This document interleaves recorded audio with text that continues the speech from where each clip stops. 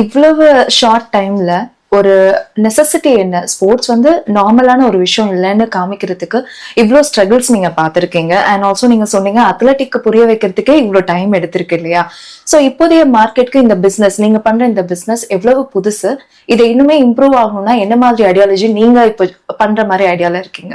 அதாவது வந்து இந்த பிசினஸ் வந்து டோட்டலி டிஃப்ரெண்ட்டுங்க.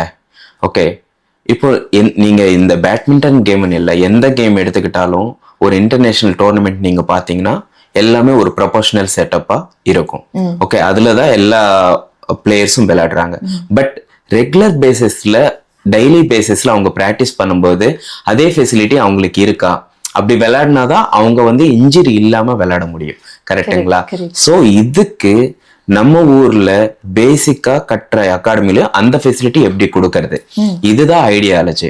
ஸோ இதுக்கு தான் நாங்க வந்து ஒர்க் பண்ணிட்டு பேட்மிண்டன் ஃப்ளோரிங்கா இருக்கட்டும், பேட்மிண்டன் லைட்டிங்கா இருக்கட்டும், பேட்மிண்டன் ரூஃபிங்கா இருக்கட்டும், எல்லாத்திலையும் ஒரு விஷயமா இம்ப்ளிமெண்ட் பண்ணிக்கிட்டே வந்தோம்.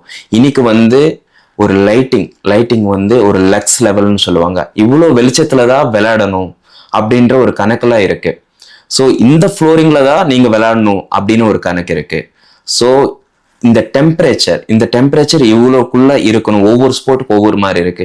இதுதான் நாங்க சோர்ஸ் பண்ணி கொண்டு வந்து இங்க வந்து இம்ப்ளிமெண்ட் பண்ணிட்டு இருக்கிறோம்.